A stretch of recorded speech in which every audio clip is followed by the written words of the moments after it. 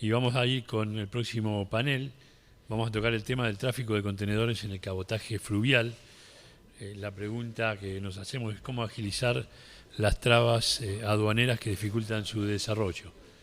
Es un tema que, bueno, desde Global Ports venimos siguiendo y en los últimos seminarios se ha venido también charlando, desarrollando el tema del tráfico de cabotaje fluvial.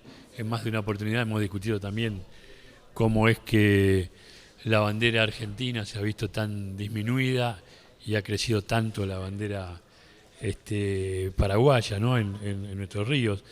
De hecho, en 2019 el premio Carlos Armero Sisto fue para Martín Maggiori, justamente por desarrollar un proyecto sobre estas cuestiones, ¿no? del cabotaje fluvial y la posibilidad concreta de hacerlo. Lamentablemente no se llevó a cabo todavía, pero es un proyecto que está planteado ahí, ¿no? Y que hablaba de algo bastante sencillo: unir nuestros puertos a través del cabotaje fluvial y aprovechar la ventaja competitiva que nos da nuestro río para trasladar las mercaderías, y no hacerlo todo como lo hacemos actualmente por camión, fundamentalmente, ¿no? Así que es un tema, digo, que es recurrente para nosotros, lo venimos tratando y lo vamos a seguir tratando. Ojalá que en algún momento la Argentina pueda resolver esa cuestión aprovechando lo que tenemos, ¿no? Aprovechando el río que tenemos para utilizarlo como vía de transporte principal y no como vía de transporte secundaria como es en la actualidad. Bueno, vamos adelante con este panel. Lo va a moderar Gustavo Colachili, aquí presente. Está Juan Chimento, que es el presidente del Foro de Intereses Marítimos. Está Jorge de Mendonca, de AIMAS, y Gustavo Ereñu, que es asesor legal de la Junta de Seguridad en el Transporte. Adelante, Gustavo. Muchísimas gracias, Ariel. La verdad que ha sido un día impecable, teniendo en cuenta, vamos a decir, la complejidad de la calle en estos momentos. Así que, Juan, en el caso de Jorge y Gustavo, bienvenidos a esta casa, por favor. Si es tan amable, vamos a darle la palabra a Juan Chimento, en primera instancia, presidente del Foro Marítimo.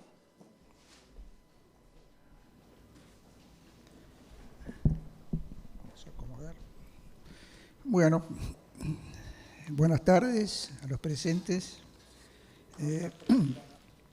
Agradecer, por lo menos yo, creo que todos también lo vamos a hacer, agradecemos a los organizadores, a Ariel por Global Ports, a Agustín Barletti de Transporte Cargo, Gabriel Benítez de Asigna y de FECOA, por supuesto al equipo colaborador también, que están acá trabajando desde la mañana temprano. Así que, bueno, a todos ellos muchas gracias. Bien, el tema que tratamos nosotros es el tema del intermodalismo, básicamente, y las trabas que nosotros vemos para su desarrollo. Entendemos que el transporte por agua tiene muchas dificultades, ¿no?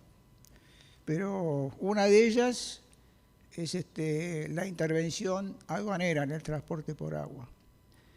Y estas cuestiones son difíciles, pero no por eso hay que dejar de tratarlas. Son temas que vienen de vieja data, y la verdad que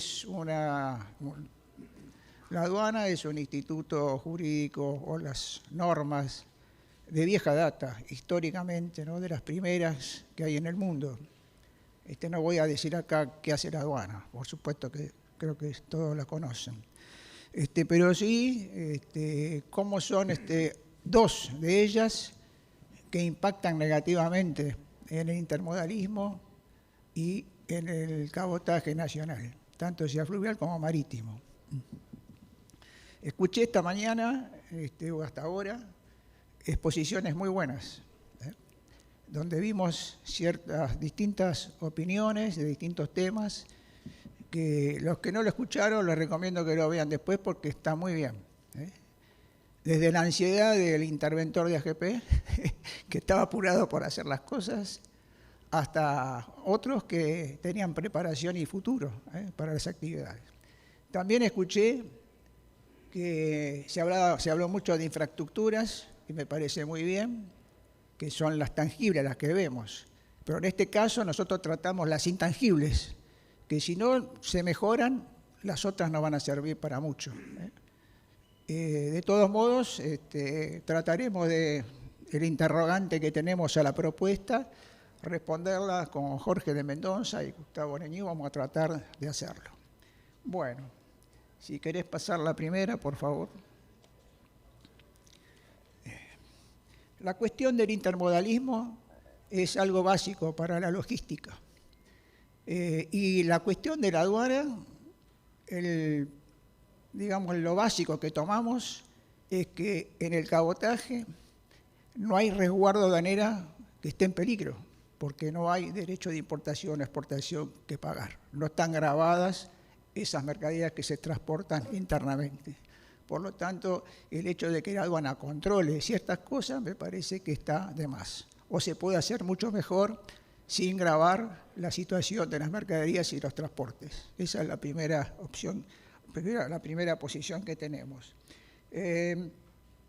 Yo represento al Foro de Intereses Marítimos que se creó hace 21 años atrás y fue recreado el año pasado.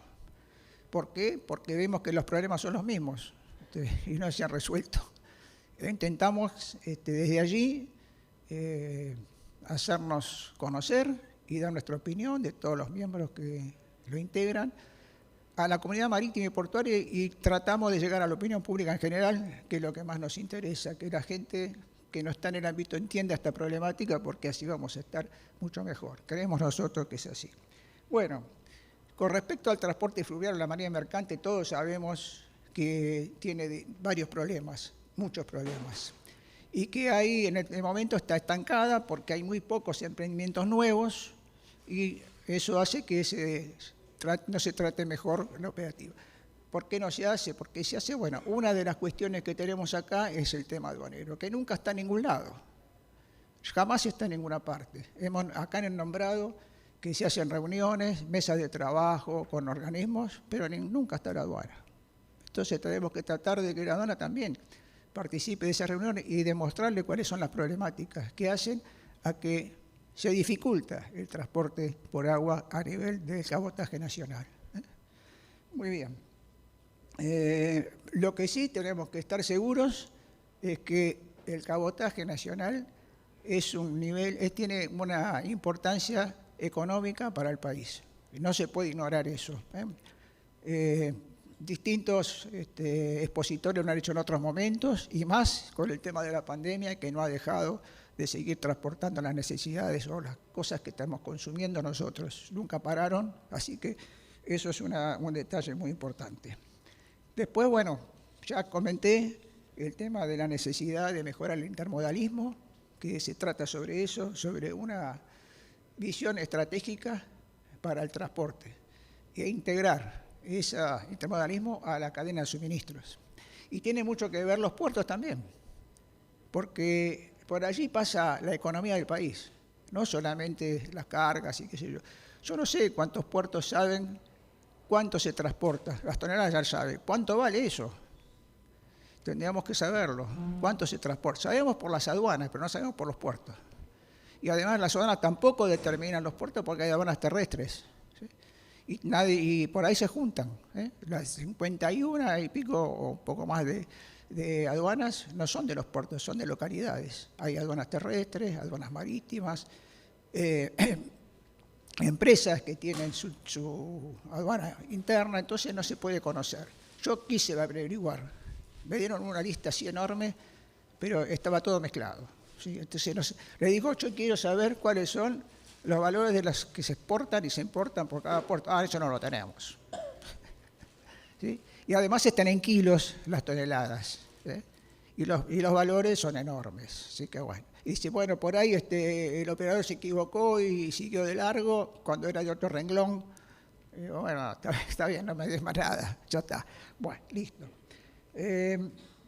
Entonces, la idea es esa. Yo para hacerlo un poquito rápido, puse acá un tema que es la habilitación aduanera de los horarios declarados inhábiles y lo que es la cuestión del removido. ¿sí? Esos son los 2 puntos. Y también puse ahí que dice una rémora de la Argentina del siglo XIX. Entonces digo, bueno, voy a ver qué es esto de la rémora, ¿no? Entonces me topé con 2 definiciones. Una dice que es algo o alguien que estorba, que para, que frena, que obsta una acción, un programa, un proceso. Y la otra dice que es un pez marino, no es una clase de pesca, esto estamos cambiando acá, dice que es un pez marino de 50 centímetros, más o menos, pero que tiene un alveolo y que además se adhiere a cosas flotantes o animales más grandes para que sea transportado por ellos, ¿sí? Y además dice que en la antigüedad frenaba los barcos, las rémoras. Así que, bueno, por ahí estamos algo ahí que la rémora que tenemos acá no frena el cabotaje nacional. Eso más o menos. Bueno, para tomar un poco de color, la cuestión es esta. Muy bien. Volviendo al tema de las intervenciones aduaneras, tenemos por un lado que, como dije, que es de vieja data la cuestión aduanera. Yo pretendía acotarla a un tiempo, y como puse del siglo XIX, me voy a la ley 810 de aduana, que es del año 1876. Pero antes de eso había otras ordenanzas de aduana, y que eran avalúos, que se llamaba así.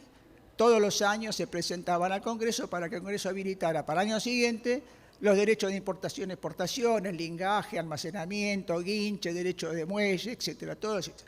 Obviamente la aduana manejaba el puerto. Hasta el año 49 la aduana manejaba los puertos. Bueno, después de esto hubo otras leyes, obviamente, ¿no?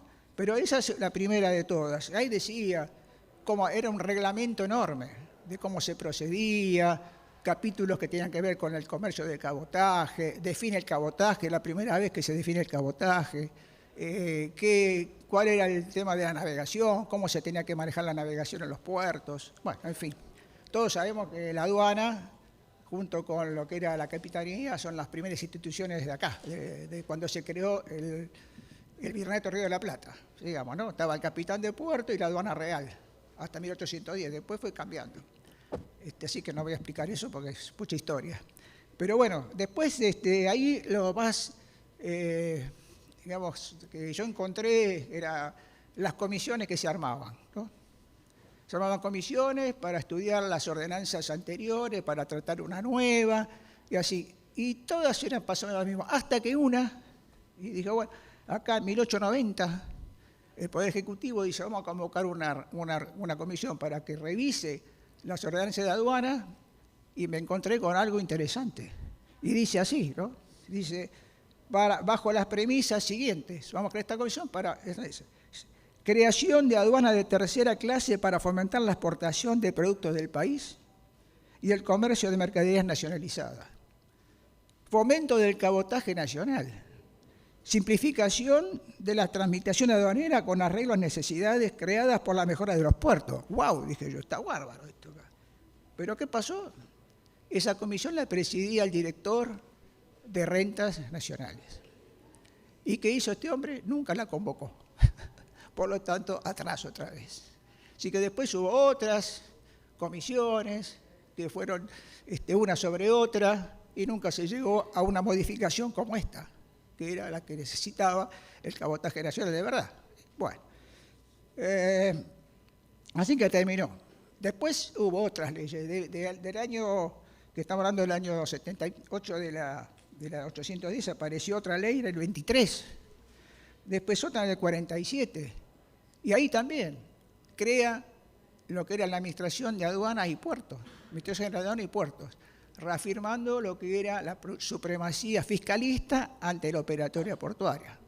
Tal es así que en ese año el Poder Ejecutivo intervino la Administración General de Aduanas y Puertos, más que todo para puertos, y puso un capitán de navío al frente, y lo que tenía que hacer era coordinar todas las autoridades que actuaban en el puerto, como ahora, igual, pero en el año 47. Bueno, eso duró un par de años hasta que se normalizó y después siguió adelante con la Administración General de Aduanas y Puertos.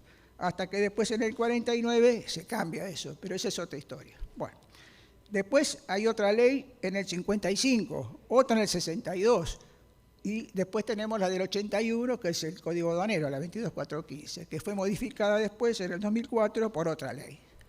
Pero sustancialmente, para nuestro trabajo, que es el cabotaje nacional y la intervención aduanera, no cambió, siguió igual. Entonces, eso es lo que tenemos. Por eso nuestra rémora sigue, continúa y no se modificó. Bueno, con respecto a esto de la intervención, mejor dicho, de la habilitación de horarios inhábiles, declarados inhábiles por alguien. Entonces, eso lo que sucedió es que hay costos, por más que la operatoria o el transporte de mercadería no esté grabado, tiene costos adicionales. Esos costos adicionales a veces son carísimos. En el año 2006 eran 25 mil pesos mensuales. Estoy hablando de hace mucho tiempo. Ahora son más de 500.000. Y no digo nada si nos toca un feriado largo como este de ahora, que entonces hay que pagar mucho más para poder trabajar. ¿Sí? Bueno, entonces, y además, agravado con los funcionarios que están destinados a ese trabajo. Por no es que va una sola persona, van varios. Hace poquito me llegó la lista de lo que cobran estos personajes, o personas, mejor dicho, sin cuestión despectiva, perdón, funcionarios de la aduana que hacen este tipo de trabajos cuando hay que habilitar las zonas primarias en horarios inhábiles. Acá se trabaja de 7 a 13, 13 a 19, lunes a viernes. Lo que estoy en duda, si los sábados también está hasta las 13 o no. Si alguien lo sabe, bien, yo no me acuerdo ahora. A los sábados ya está afuera. Bueno, ok. Entonces de lunes a viernes de 7 a 19. Sábado, domingo, feriado, extras, ¿sí? Bueno, todo ese costo asociado hay que pagarlo. Muy bien. Y después también hay que tener un agente de transporte aduanero para el caso del removido. Yo no voy a seguir con la habilitación, pues ya creo que está bien, ya lo dije, que no quiero andar más. Y después tenemos el otro, que si pasamos al removido, también, todos creo que sabemos lo que es un removido, pero es un transporte de mercadería que sale del territorio aduanero y entra otra vez por otra aduana. Bueno, no coincide el territorio aduanero con el territorio nacional y tampoco el territorio aduanero general, porque los ríos navegables que son internacionales no son considerados territorio aduanero.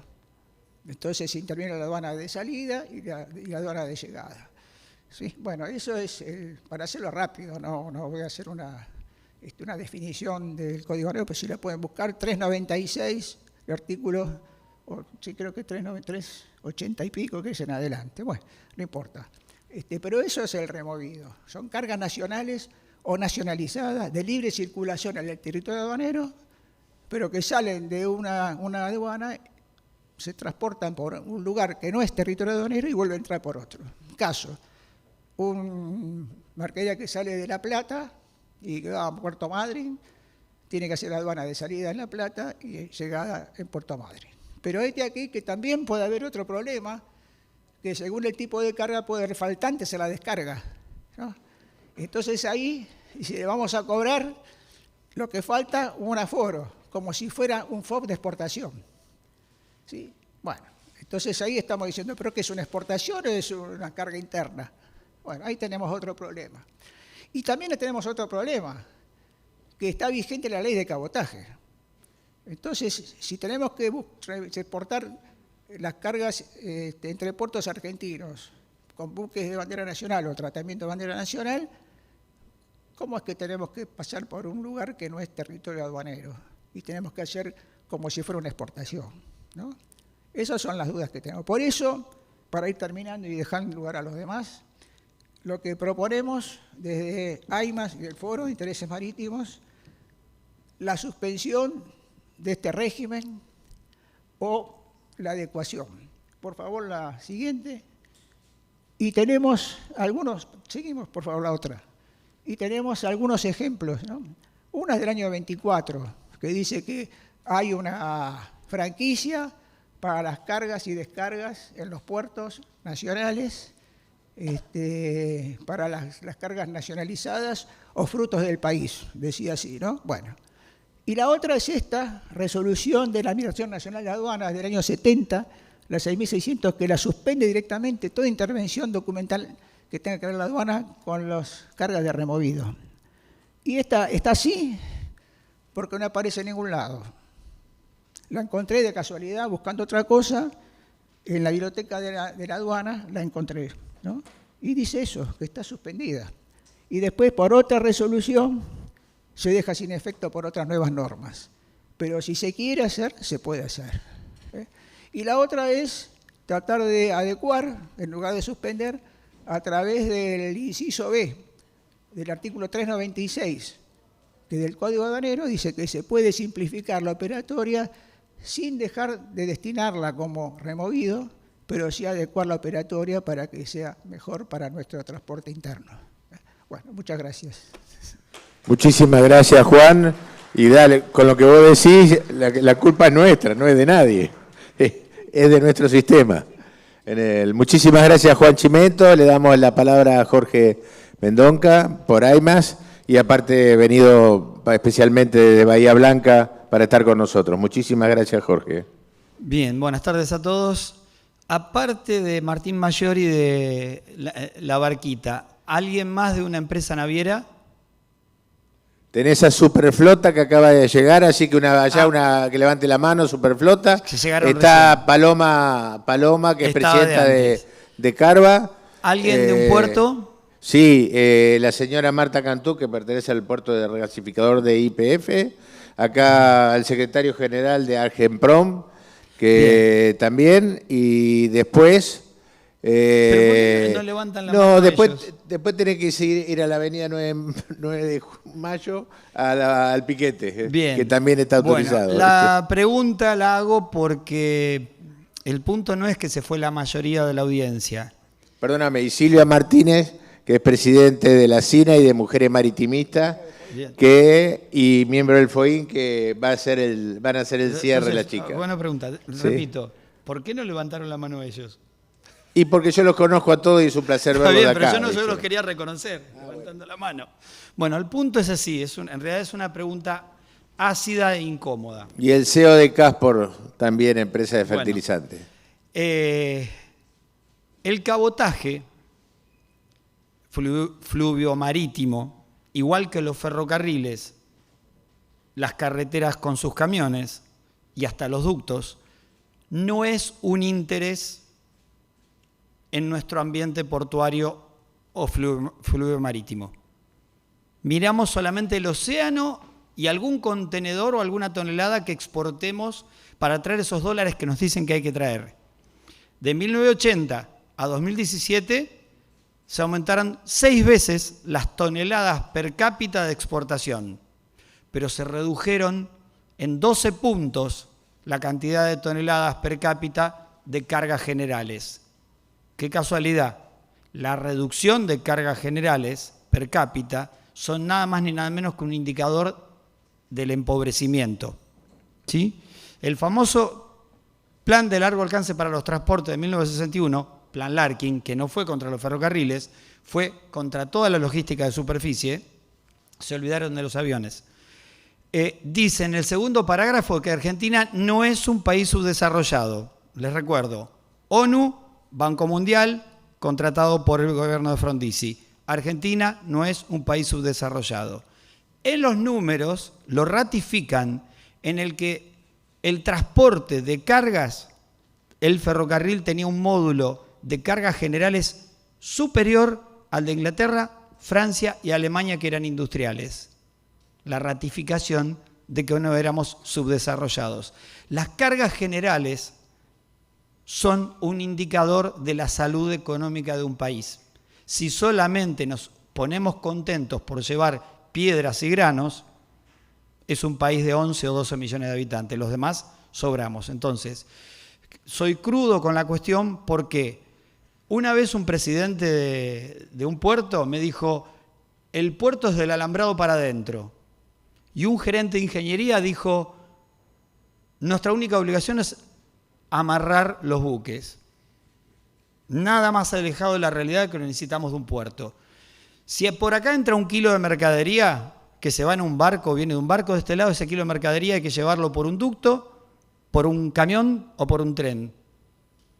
Es irracional que los puertos del mundo, en su mayoría, no toman en cuenta a la totalidad del negocio logístico, solamente miran los barcos. Es más, traten de encontrar un logo de un puerto de cualquier lugar del mundo que tenga un tren, un camión. No, tiene un barco, que es lo único que no maneja. ¿Sí? Bien, haciendo todo este introito de autoculparnos, recuerden que también soy portuario, pero vine del lado de los trenes y me metí por el lado de los camiones, me faltó el tema de los aviones. La presentación es la misma, ¿eh? Sí, sí, sí. Dejala en el mismo lugar. No había visto que la habían sacado. Bien, entonces, el cabotaje es algo que no aprendemos en los puertos. En algún momento, quizás hace 50 años, dejó de ser lo que nos interesa.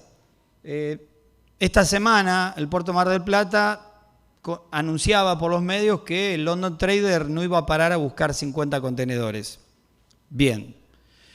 Eso desde la Asociación Intermodal de América del Sur, el ente que presido, es un organismo, una organización sin fines de lucro que tenemos como objetivo difundir el intermodalismo, es nada más ni nada menos que la cultura multimodal, en donde, y bueno, el barco no vino. En el ambiente del camión y de los ferrocarriles serios y de los aviones no existe que alguien dijo desde otro país, hoy no levantamos la carga. ¿Sí? Es así de claro. Esa cuestión de que creemos que un cliente tiene que soportar que de pronto el barco no vino, y por ahí, en plena crisis, en Hamburgo pasó eso, en Algeciras, es inadmisible en el mundo de la cultura intermodal que apenas está en el transporte terrestre, camionero y ferroviario de Estados Unidos. ¿Sí? John McCown escribió hace un año que no entendía cómo es que la Marina Mercante de Estados Unidos no veía el modelo excedente que tenía en el propio territorio. ¿Sí? O sea, no es un problema nuestro, es un problema global que la cuestión marítima parece que mira nada más que el océano. Pásame. Bueno, entonces, Juan ya los puso. Ahí. La que sigue, por favor. Juan ya los puso en tema. De que es la racionalidad de que tengamos que pasar por una aduana y someternos a los tiempos de aduana en un tráfico nacional. Por las dudas, acá está presente el abogado que, estando en el Ministerio de Transporte, encontró y ratificó que es hasta inconstitucional la aplicación del Código Aduanero al cabotaje. Desde AIMAS hicimos una presentación en plena cuarentena pidiendo la suspensión del Código Aduanero para los contenedores. Por lo menos, dada la emergencia, que si un camión sube un contenedor y va en un buque 2.000 kilómetros, no corríamos el riesgo de que una persona sea un vector llevando más contagios, ¿sí? O al revés, que se contagie. Bueno, por lo menos eso. Del Ministerio de Salud dijeron que no era un tema de su incumbencia. En la Dirección Nacional de Transporte de Cargas, una persona muy de la burocracia dijo, no es un tema nuestro. La carga que había que subir es de los camiones. Bueno, hubo una segunda presentación. Esa segunda presentación, Jefatura de Gabinete la mandó a Planeamiento de Transporte y Planeamiento de Transporte hizo el dictamen, el primer dictamen que demuestra que el Código Aduanero está bloqueando el desarrollo del cabotaje fluvial marítimo de las cargas nacionales. La Constitución lo prohíbe. Pasamos a la que sigue. Bien, vamos a tirar mitos. Exportar, exportar, exportar. Bien. De cada pallet, por cada pallet que se mueve de comercio exterior, pallet equivalente, hablamos solo de contenedores, ¿sí?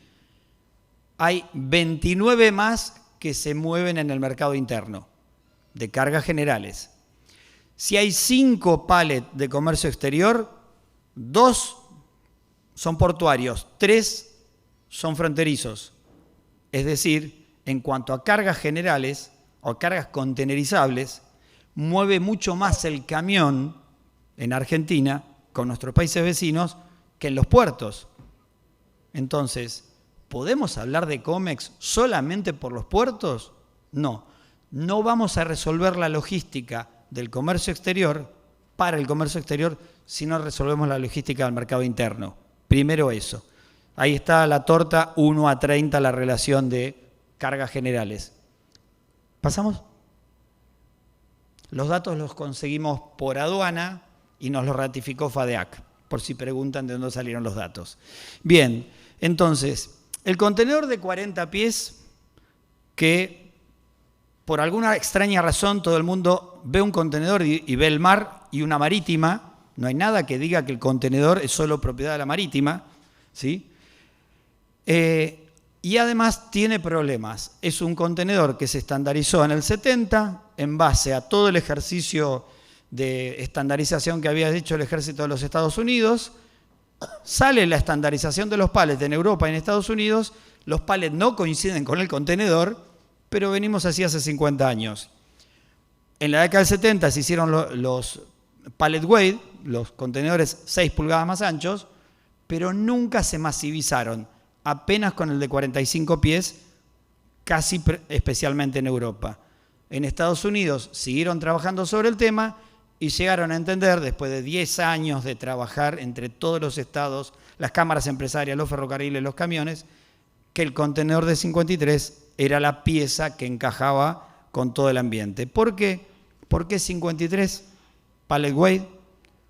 Porque al ir atravesado los pallets gana metros en la longitud y cada 3 contenedores de 40 van 2 de 53. La mitad de los contenedores de la costa oeste se transbordan a 53. O sea, todo tiene una lógica, no es un número cualquiera. ¿Y por qué? Porque ese 53 era lo máximo aceptable que podía llevar un camión en longitud y lo hacía competitivo, tanto al camión como al vagón, ¿sí? Esas son todas las razones. ¿Pero por qué se llega a eso? Porque antes hubo un proceso cultural, el intermodalismo, la integración del camión con el tren en Estados Unidos, apenas contagiado a México y copiado en Canadá. Un poquitito empezó el anteaño pasado en Brasil con también un contenedor de 53, pero no es el contenedor lo que importa, sino el modelo. Entonces, ¿por qué uno de 53 no compite con el de 40? Suma lo que el de 40 no hace, especialmente atender al 90% de la logística del mundo. Acá vienen las cifras. Siempre nos enseñan que el 90% de las cargas van en barco, en contenedor. Y las cargas terrestres y el comercio terrestre es varias veces superior al comercio oceánico en cantidad de logística, no de plata, ¿sí? Entonces, si nos concentramos en contenerizar el comercio terrestre, vamos a fortalecer el comercio oceánico. Solo lo podemos fortalecer con el de 53 pies, porque si un camión agarra un 40 pies en Comodoro Rivadavia para irse a los antiguos, pierde plata porque lleva 10 pallets menos. ¿Está? Todo tiene una razón de ser. Bueno, entonces, a la que sigue, por favor. Perdón, con la asociación y con otras asociaciones de México para abajo, venimos machacando con el tema de estandarizar el de 53 pies a nivel continental y que por primera vez sea un contenedor que sea la piel que protege la carga, sin impuestos. No sé a quién se le ocurrió que si las maderas, los barriles y las redes y los pallets no tenían impuestos, cuando apareció el contenedor se le ocurrió vigilarlo por todas las customs, ¿sí? Bueno, tiene que ser, el contenedor es la piel que protege la carga.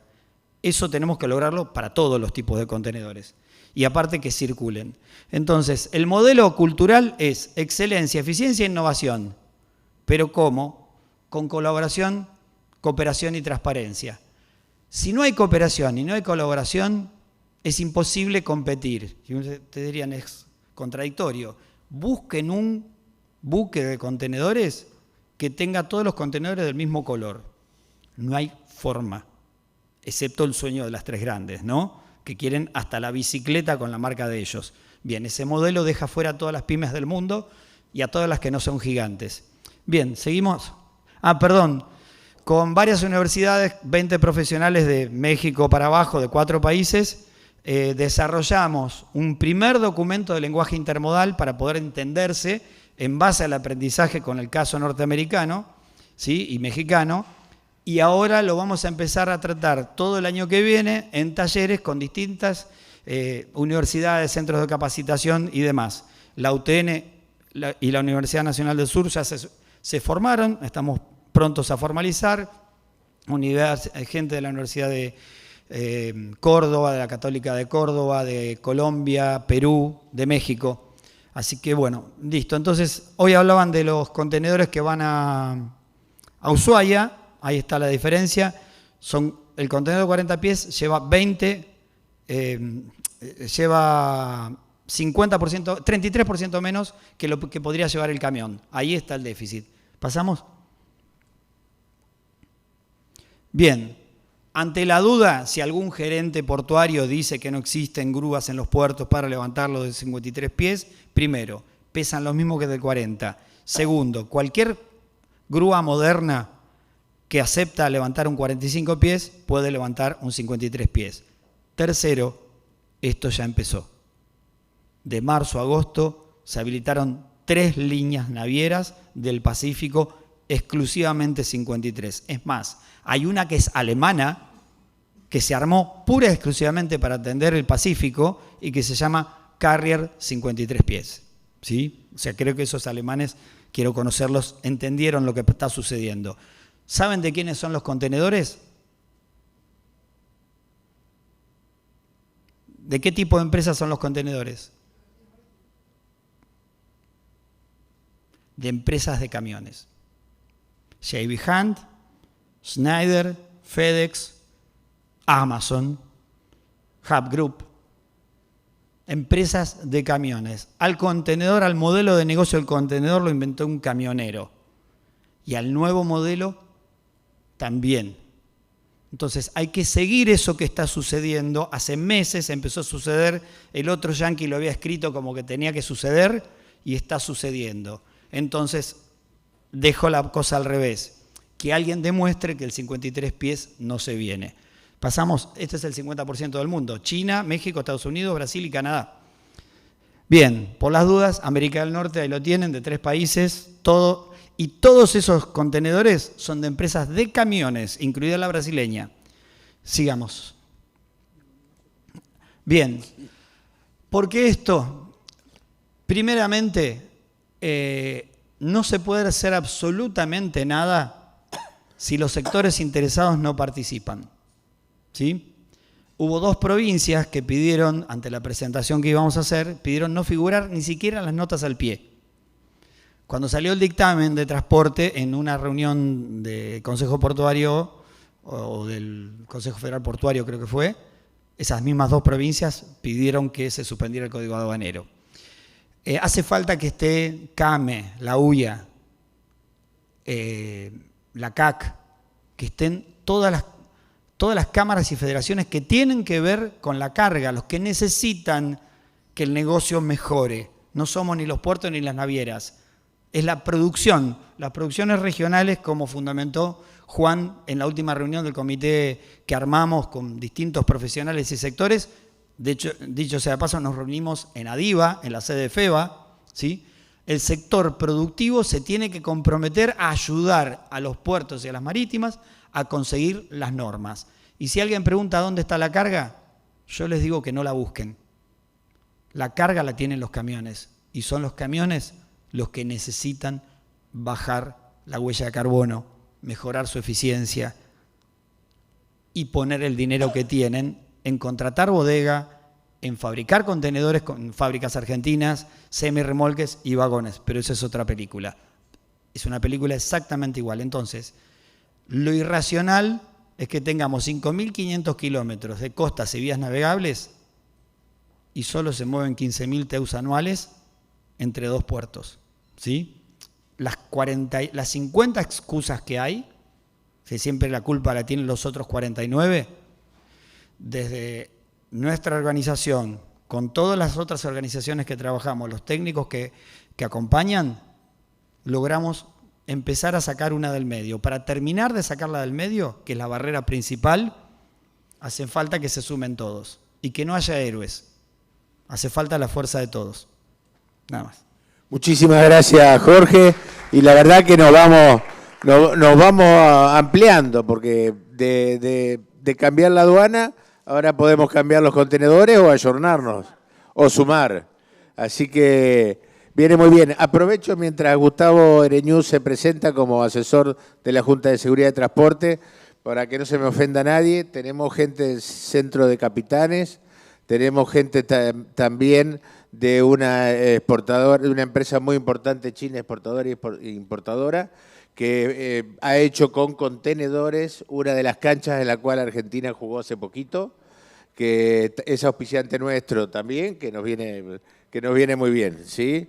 Y así que, y creo que no me olvido de alguno más, y también de la Universidad de Loma de Zamora, que siempre nos acompaña, ya el amigo acá, desde el punto de vista educativo. Espero no olvidarme de nadie, pero la verdad que el panel, el auditorio es extenso, el panel, la gente es muy buena, y te agradezco, Gustavo, te dejo con el auditorio, ¿sí? Muchísimas gracias a todos por quedarse hasta esta hora, ¿no? Voy a hacer una barra basada.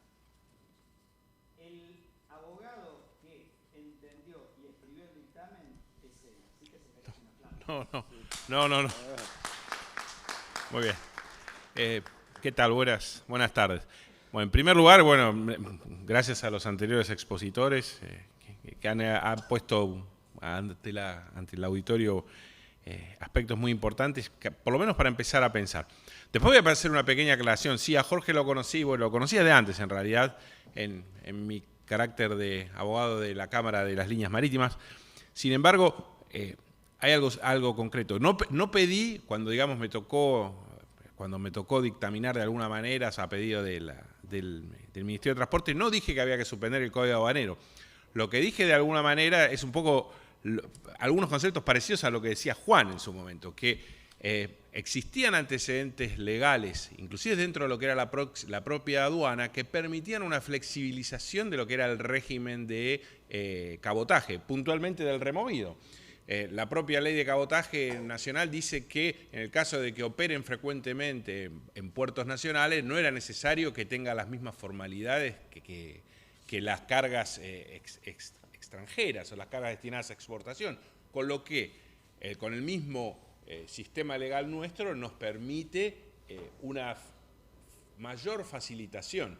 Siempre pongo, y un poco resaltando lo que dice la gente, yo si quiero hacer una mudanza de Chaco a Buenos Aires, yo si quiero hacer una mudanza desde Chaco a Buenos Aires, se contrata una mudadora, Berga Hermanos, viene con un camión, abre el camión, me pone los muebles y me los trae hasta mi casa. Si yo quisiese hacer esa misma mudanza, no sé, en un barco, Dios me libre y me guarde la cantidad de trámites que yo tendría que hacer. Sería una cosa que me tendría que sacar a hacer una lista, sí, más o menos de 2 hojas, nada más para cumplimentar todos los trámites y costos extras que tendría que hacer. Muy bien, eso dicho fuera de la exposición y un poco también en mi carácter de aclarar, digamos, lo que había explicado en su momento y también con la prudencia que amerita mi carácter de funcionario del Estado en este momento. En primer lugar, me van a preguntar a quién represento, de dónde viene este señor. Bien, yo soy asesor de la Junta de Seguridad en el Transporte. La Junta de Seguridad en el Transporte es, digamos, de alguna manera se lo explico muy fácilmente, es un organismo creado por ley hace poquito, 27.514. Para quienes les gusta mirar Nat Geo, que ven los accidentes aéreos, siempre ven que entra la Junta de Accidentes Aéreos. Bueno, este organismo de alguna manera lo que hizo fue ampliar las competencias de la antigua JIAC, que es la Junta de Investigación de Accidentes Aéreos, lo amplió a distintos modos de transporte, no solamente a los modos de transporte ferroviario, terrestre, y marítimo, sino también a lo que se hace en las estaciones de transferencia como puertos. Y es un organismo técnico que tiene por objetivo investigar los accidentes una vez ocurridos, dictar recomendaciones técnicas y confidenciales, es decir, que no se pueden usar para procedimientos judiciales, a los efectos de que los accidentes no se reiteren. Ejemplo típico, cuando vieron, no sé, que utilizaban una determinada repuesto que fallaba, la Junta de Seguridad recomendaba utilizar otro repuesto para esos aviones. Bueno, lo mismo ocurre en todos los otros accidentes. Y por otro lado, dictar recomendaciones generales en el área de seguridad. Esto es simplemente una explicación de dónde vengo y cuál es el organismo al cual represento. Así ves, la Junta de Seguridad participa en el subcomité de transporte de cargas y containers en la OMI. De hecho, yo participo como representante en OMI justamente por el tema de la importancia de los contenedores. ¿Y por qué a la Junta de Seguridad le interesa la contenerización? Bien, esto es muy claro. La utilización de los contenedores coadyuva a uno de los objetivos principales de la Junta de Seguridad, que es evitar los accidentes a las personas y a las cosas. Desde que se utilizan los contenedores, se produjo una disminución total de los accidentes a las personas y a las cargas. Hay un libro muy, muy bueno que a quien tenga la posibilidad de leerlo, que se llama The Box, de Mark Levinson, que es una explicación general para el público de cómo la utilización de los contenedores cambió la economía mundial. Menciona que en los años 50, en la ciudad de Manchester, 1 de cada 2 estibadores sufría algún tipo de accidente por año, por su trabajo portuario. Y 1 de cada 6 de esos estibadores sufría un accidente que merecía la hospitalización. Esto actualmente ha disminuido con la utilización de los contenedores de una manera radical.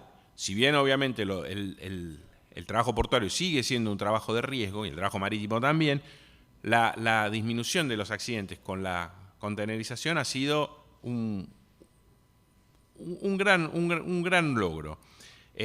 Ni hablar de los siniestros a las cargas, que disminuyeron a menos de un 1%, a diferencia de lo que eran los graneles, que todos los que tenemos alguna canita además, y a mí me tocó la última etapa, ver el puerto abierto, sabía que el nivel de siniestralidad en los puertos era absolutamente grande. Yo como abogado tal vez me lamento, porque los abogados de la generación anterior mía se han hecho multimillonarios con los reclamos de carga, pero en mi época ya de la contenerización ya esto es una actividad, es marginal, por más que cada vez que se produce un accidente es patrimonialmente sustancial, desde un punto de vista cualitativo y cuantitativo es mucho menor.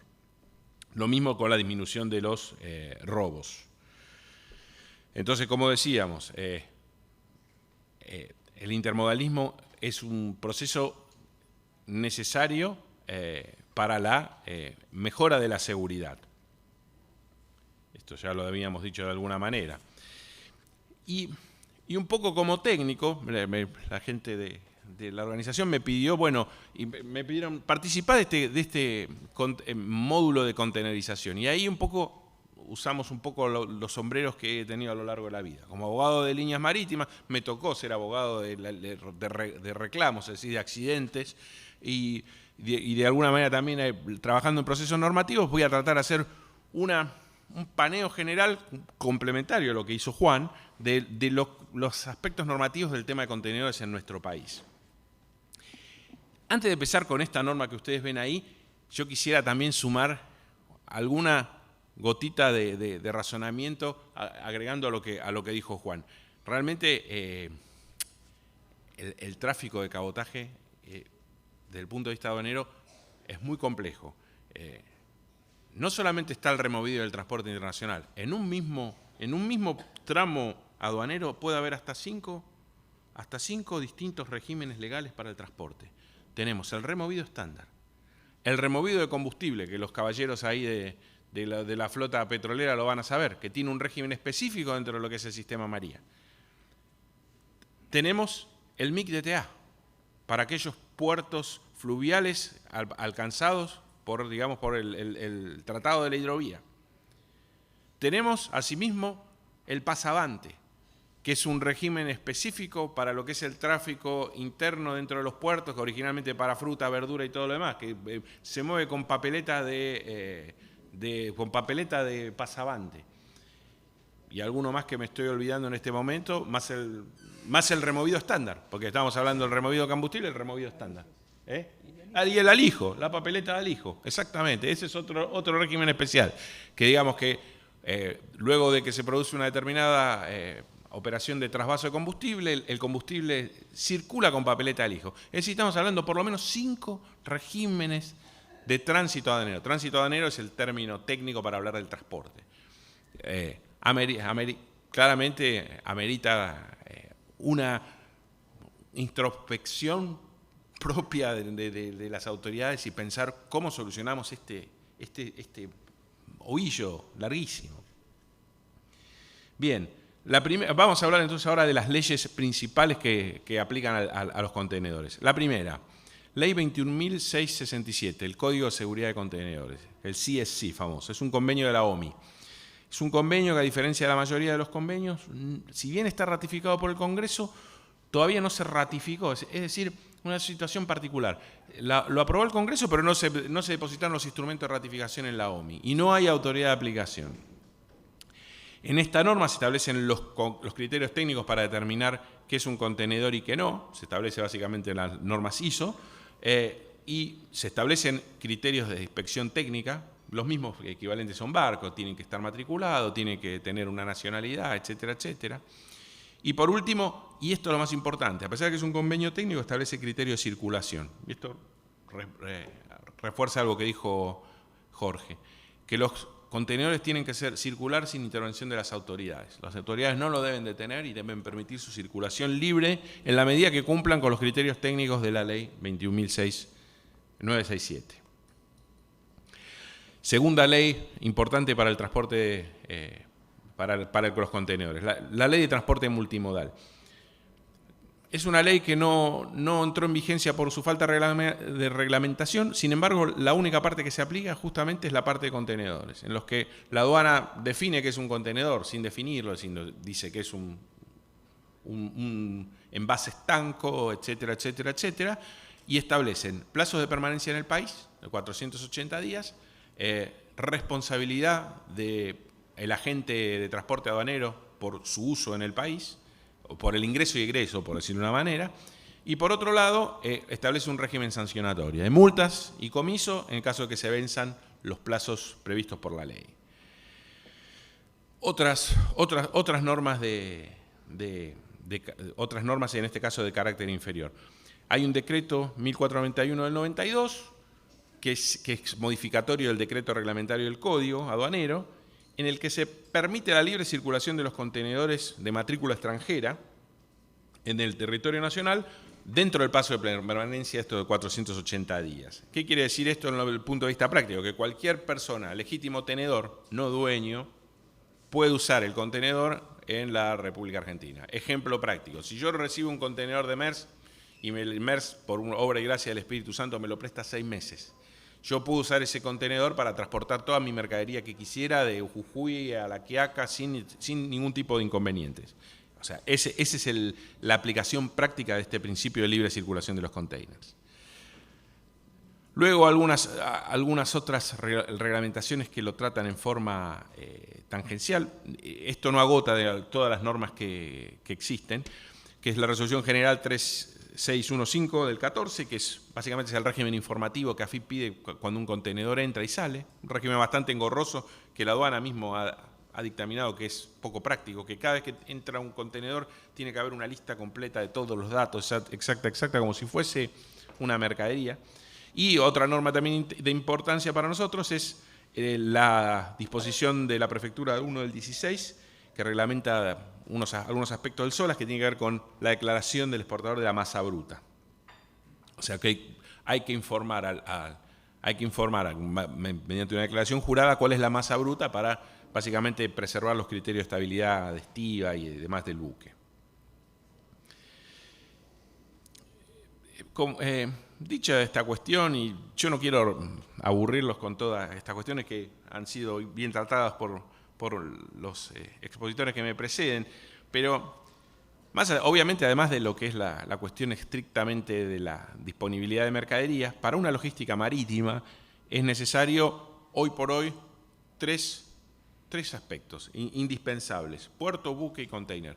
Hemos visto a lo largo de todas nuestras trabajos o exposiciones o conferencias, siempre hablamos de la falta de la marina mercante, la falta de eficiencia de los aspectos portuarios.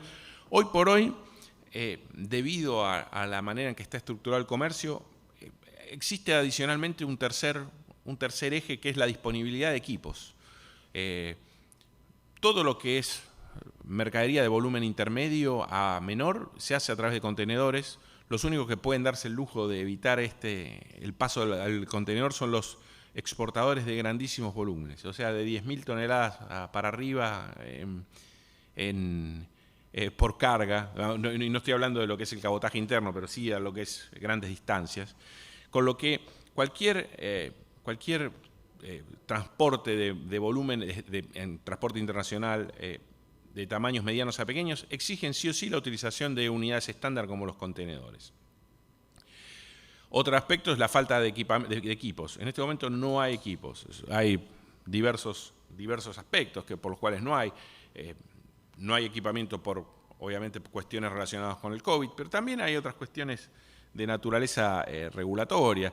Es muy difícil que un operador logístico, y cuando me refiero a operador logístico no solamente hablo de las líneas, sino también a otros aspectos como las empresas que alquilan contenedores, que es un jugador importante, porque las líneas marítimas no tienen todos los contenedores que pueden unir todos los eventuales puntos posibles en los cuales tiene que comerciar. Entonces existen como una especie de compañías de rent-a-car, llamémosle así, que alquilan contenedores. Entonces lo tomo en un puerto y lo entrego en otro. Entonces, las regulaciones internas nuestras y las altas penalidades por el incumplimiento de esas penalidades hacen que de alguna manera se desaliente el uso del contenedor, o por lo menos el estoqueo de contenedores en Argentina.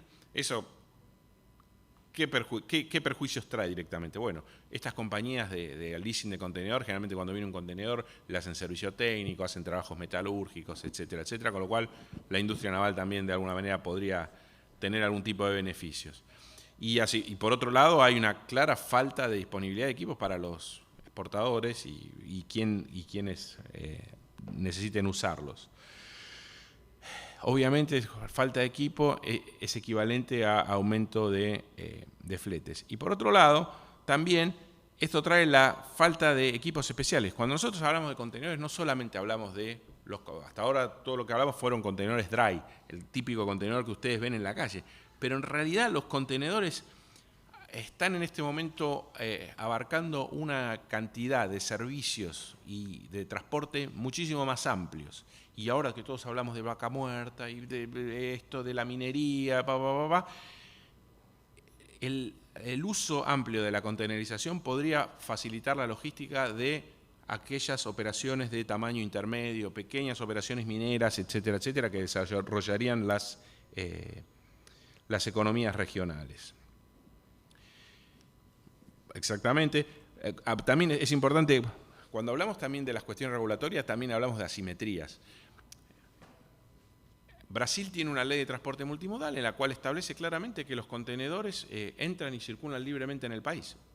Las responsables de las líneas hacen una declaración anual, qué contenedores están operando en el país bajo su responsabilidad, punto, la presenta, y el contenedor, mientras tanto, permanece sin plazo en el país a los fines que sean necesarios.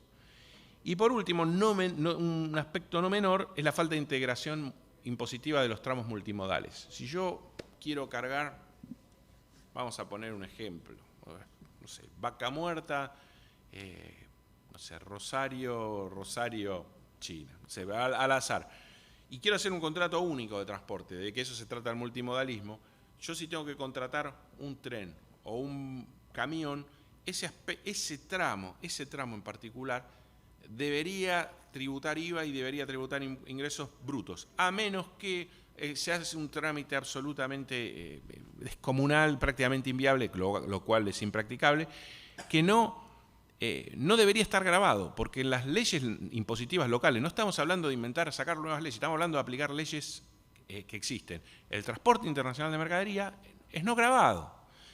Pero ¿qué pasa? Si yo transporte, no sé, vamos a poner un ejemplo, si yo de Vaca Muerta a Rosario utilizo la compañía de transporte Juancito, no sé cuál, Transporte Juancito no tiene manera de emitir una factura integrada a un contrato de transporte multimodal al que le facture a su principal, al tomador principal del contrato, que podría ser un transportista internacional. Entonces, de alguna manera lo que estamos haciendo, estamos exportando IVA y exportando ingresos brutos.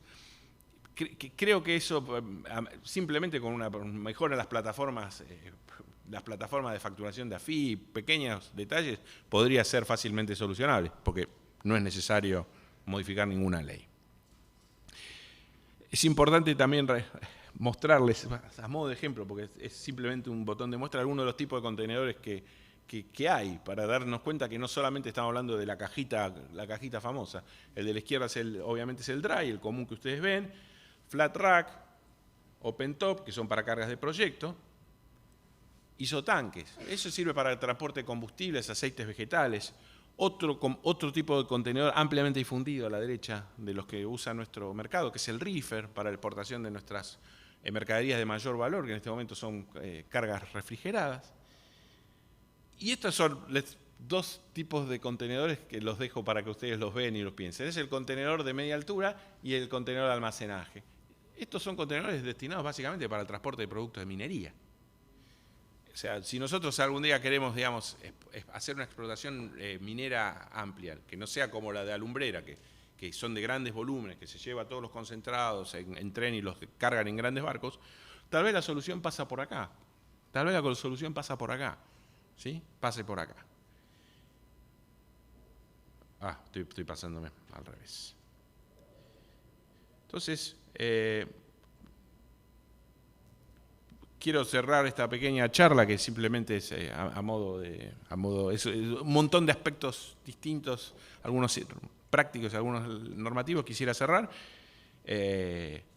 Cuestiones a mejorar por parte de nuestro país. Claramente mejorar la normativa de circulación de contenedores, red de transporte multimodal, incentivar el uso de puertos secos, posicionamiento de contenedores, generar interfaces adecuadas entre ferrocarriles, camiones y puertos, y el acceso a los mercados externos de las industrias pymes, que la única manera de hacerlo es a través del uso del contenedor. No existe, yo no veo ninguna otra posibilidad. Por ahí Jorge, que sabe más de logística que yo, tiene alguna otra idea, pero básicamente, sea la manera que se transporta, sea por camión, sea por tren, sea por barco, tiene que ser a través del uso del contenedor. Con esto damos por terminada esta charla. Y bueno, a disposición para cualquier pregunta que sea necesaria. Muchísimas gracias, Gustavo Ereñú.